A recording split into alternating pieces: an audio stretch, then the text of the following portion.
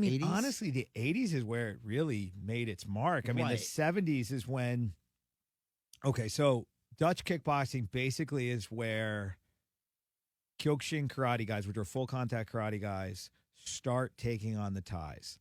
And they start fighting Thai boxing without really knowing Thai boxing. And they're winning with just pure aggression. They're doing amazing, but it was just such an aggressive style, but they're learning now.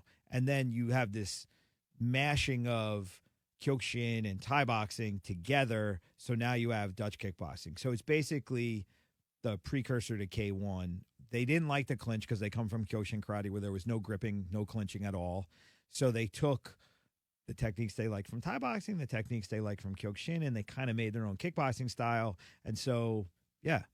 So Thai boxing in Holland, they don't really clinch that much. They box a little bit more. They throw kicks more like Japanese guys than Thai guys. Yeah. But they had this era of they called it the wars, where the Dutch and the Thais were putting teams against each other back and forth. And that is really when the sport started to explode, because that's what brought kickboxing really to Europe on a bigger scope, because the Dutch did well.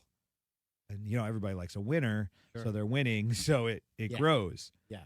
You know, They're all giant dudes. yeah, also. I mean, they're Vikings. Yeah.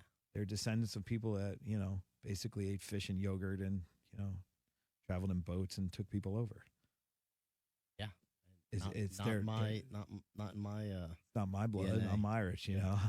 I come from famine people. good for you.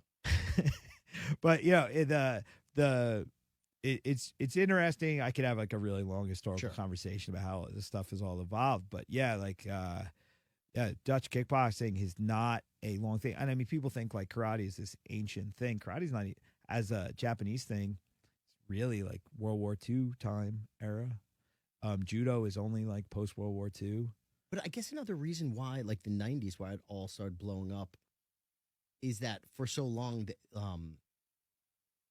you know, there would be certain fighters of a certain discipline that would travel around the world to show that their discipline was the best. And then by the 90s, a lot of mixed martial arts starting to really come and be a thing, right?